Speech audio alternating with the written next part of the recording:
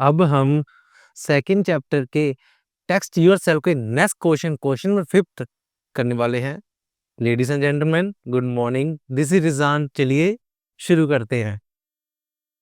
During the every financial year the value of the machine depreciate by 12%। Find the original cost of the machine when depreciate by 2640 during the second financial year of its purchase.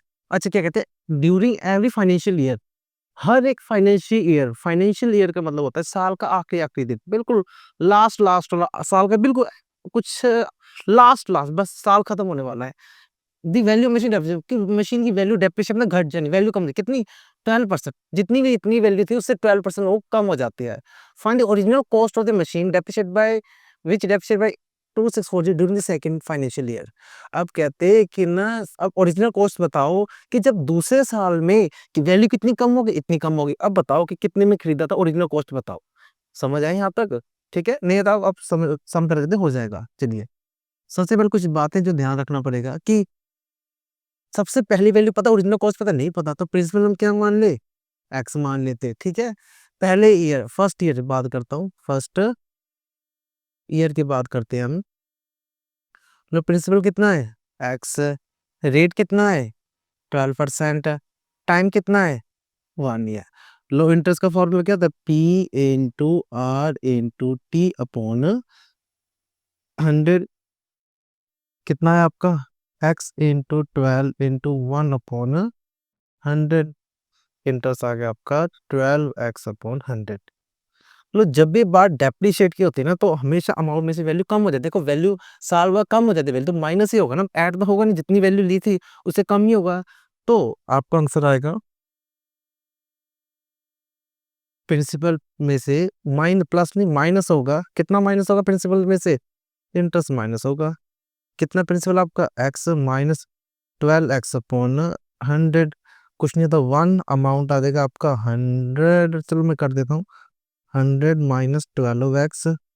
100 - 12x होता है 88x/100। ये आपका amount होगा कितने का, second year का, first year का। अब बात चलते हैं सेकेंड ईयर में, सेकेंड ईयर।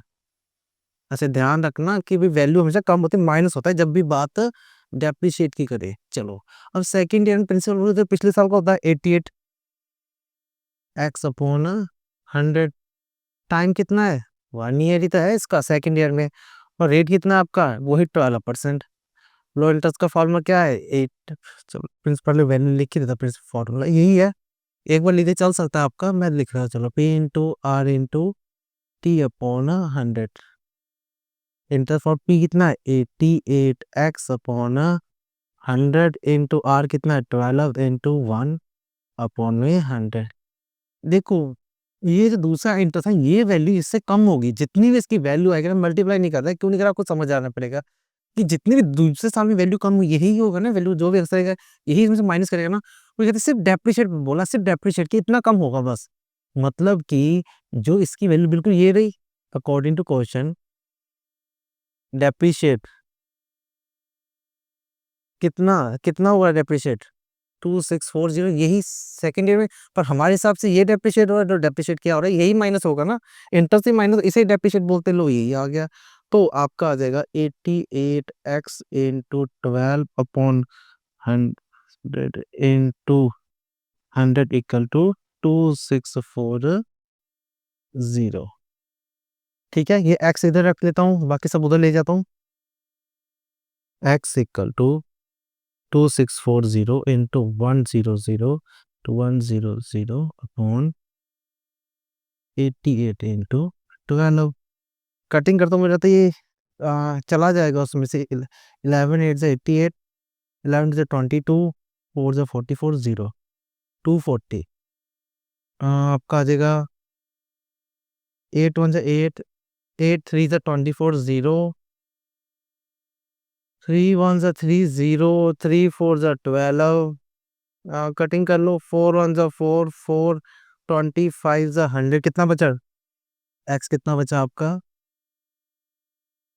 10 into 100 into 25। लो, एक्स की वैल्यू कितनी आ गई, 25,000।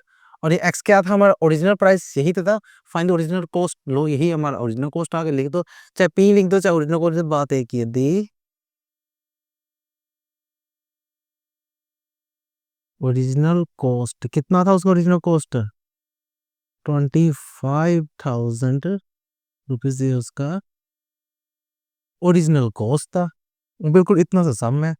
आपको सम समझ आ गया है तो अपने व्यू कमेंट बॉक्स में जरूर लिखें, जिससे मेरी जजमेंट हो जाती है कि आपको सम समझ आ रहा है। इस पूरे चैप्टर के लिए आपको यहाँ पर मिल जाएगा। और अगर आपको मैथ में हेल्प हो रहा है तो इस वीडियो का लिंक अपने फ्रेंड और क्लासमेट के साथ जरूर शेयर कीजिए ताकि उनको भी मैथ में हेल्प हो। तो चलिए मिलते हैं हम नेक्स्ट सम में।